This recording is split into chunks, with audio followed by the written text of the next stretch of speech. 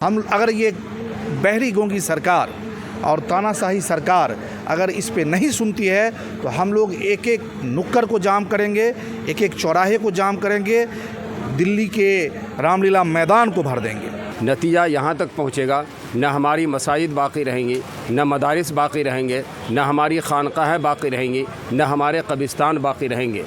और ये जो एक्ट लाया गया है जहाँ शरीयत में मुदाखलत है, शरीयत के ख़िलाफ़ है, वहीं वजूद भी अगर हुकूमत वक्त अगर इस कानून को वापस नहीं लेती है तो आखिरी वक्त तक हम हिंदुस्तानी हर मज़हब के लोग मिलकर, हिंदू, मुसलमान, सिख, ईसाई, जो लोग भी दस्तूर को बचाने की फ़िक्रमंद हैं। नमस्कार, मैं सारी, आप देख रहे हैं पूर्वांचल न्यूज़ नेशन। तो अभी हम मौजूद है पटना के ऐतिहासिक गांधी मैदान में, जहां की वक्फ बचाओ संविधान बचाओ रैली रखा गया है, जो कि 29 जून यानी कि कल है। और माना जा रहा है कि यहाँ देश भर से अलग अलग जगह से लोग यहाँ मौजूद होंगे। जो लोग हैं उनसे बात करते हैं और जानने की कोशिश करते हैं, कल की तैयारी के बारे में जानते हैं कि क्या कुछ तैयारी कल के लिए की गई है। तो हमारे साथ इमारत शरिया के सेक्रेटरी मौजूद है, आइए हम उनसे बात करते हैं। सर, क्या नाम हुआ आपका? Mufti Mohammad Saeedurrahman Qasmi, acting general secretary Imarat Sharia, Bihar, Orissa, Jharkhand व मगरबी बंगाल। आज वक्फ बोर्ड वाला जो कॉन्फ्रेंस रखा गया है वो उसका मकसद क्या है? ये आज नहीं है, इंशाल्लाह कल यह कॉन्फ्रेंस होगी। ये इसके नाम ही से वाज़ेह है कि इसका मकसद क्या है। इसका नाम है वक्फ बचाओ दस्तूर बचाओ कॉन्फ्रेंस। गोया कि हमें वक्फ की भी हिफाजत करनी है और आइन हिंद और दस्तूर हिंद की हिफाजत भी करनी है। चूँकि मौजूदा हुकूमत ने जो वक्फ तरमीमी एक्ट 2025 लाया है, ये औक़ाफ़ की जायदादों में खुर्द-बुर्द की राह हमवार करेगा, औक़ाफ़ की जायदादों पर नाजायज़ कब्ज़ा करवाएगा और इसकी वजह से औक़ाफ़ की जायदादें बर्बाद हो जाएंगी। नतीजा यहाँ तक पहुँचेगा, न हमारी मसाजिद बाकी रहेंगी, न मदारिस बाकी रहेंगे, न हमारी खानकाहें बाकी रहेंगी, न हमारे कब्रिस्तान बाकी रहेंगे। और ये जो एक्ट लाया गया है जहाँ शरीयत में मुदाखलत है, शरीयत के ख़िलाफ़ है, वहीं ये आइन हिंद के भी ख़िलाफ़ है। इसलिए कि आइन हिंद के आर्टिकल 13, 14, 25, 26, 29 और 30 में इस बात की सराहत मौजूद है कि इस मुल्क में रहने वाले तमाम शहरी को अपने मज़हब पर अमल करने की मुकम्मल आज़ादी हासिल है। जब यह एक्ट आएगा तो गोया के मज़हब पर अमल करने की आज़ादी को सल्ब कर लिया जाएगा, छीन लिया जाएगा।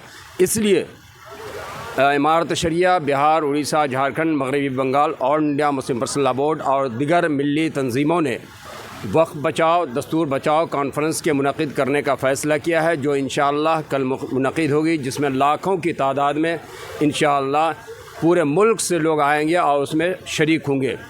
तो ये शरीक होकर के वो लोग ये पैगाम देंगे कि हम किसी भी सूरत में इस एक्ट को कबूल करने को तैयार नहीं है। इस मुल्क का हर बाशऊर तबका, संजीदा तबका और आवाम इस एक्ट को मुस्तरद करती है। सर, और कल के लिए क्या कुछ तैयारी की गई है? कल के लिए आप देख रहे हैं कि गांधी मैदान में हम लोग यहाँ मौजूद हैं। यहाँ स्टेज भी सज गया है और तमाम आवाम के लिए भी सारे इंतज़ामात कर लिए गए हैं। तैयारियाँ बिल्कुल मुकम्मल हो चुकी हैं।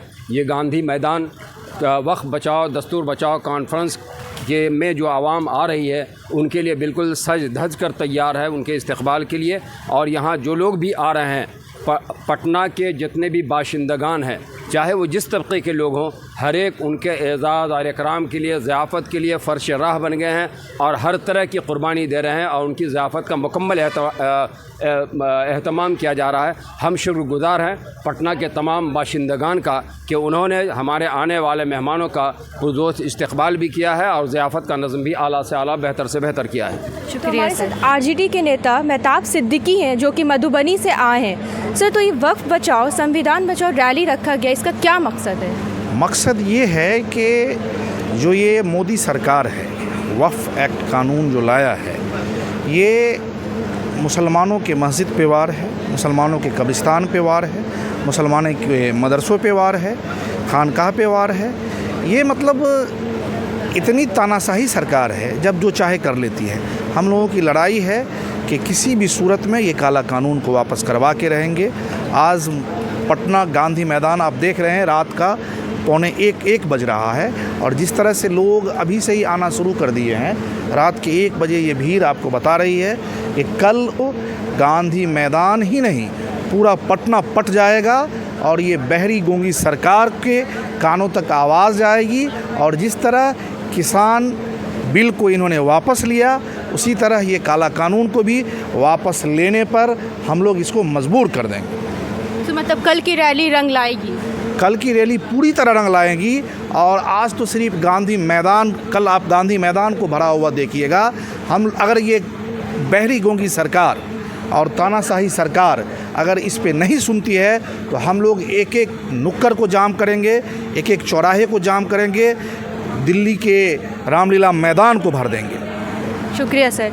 तो जैसा कि हमने देखा, कल के लिए बहुत ख़ास तैयारी की जा रही है और बताया जा रहा है कि पटना के देश भर से अलग अलग लोग यहाँ पे मौजूद होंगे, अलग अलग जगह से लोग यहाँ पे पूरा गांधी मैदान और भरा हुआ रात के टाइम पे अभी रात के 1 बज रहा है और गांधी मैदान का अभी ये हाल है। तो हम देख सकते हैं, जान सकते हैं कि कल क्या हाल होने वाला है गांधी मैदान का। क्या नाम हुआ आपका? तौसीफ़ अहमद नाम हुआ मेरा।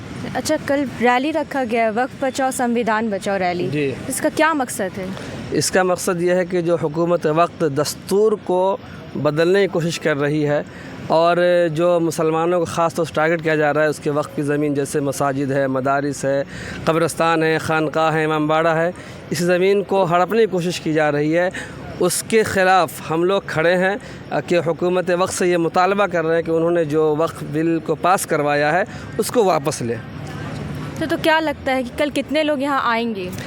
लगभग 15 से 20 लाख लोगों का मजमा पटना गांधी मैदान से लेकर पटना की हर गली में मौजूद होंगे। और कल की रैली अगर सक्सेस नहीं हुई तो अगला स्टेप आपका क्या होगा? ये उम्मीद है कि कल की रैली सक्सेस हो ही जाएगी, लेकिन इसके बावजूद भी अगर हुकूमत वक्त अगर इस कानून को वापस नहीं लेती है तो आखिरी वक्त तक हम हिंदुस्तानी हर मज़हब के लोग मिलकर, हिंदू, मुसलमान, सिख, ईसाई, जो लोग भी दस्तूर को बचाने की फ़िक्रमंद हैं और चाहते हैं कि हिंदुस्तान का जो आइन है वो महफूज रहे, उसमें छेड़छाड़ ना की जाए, वो सब लोग मिलकर आखिरी दम तक इस लड़ाई को लड़ते रहेंगे।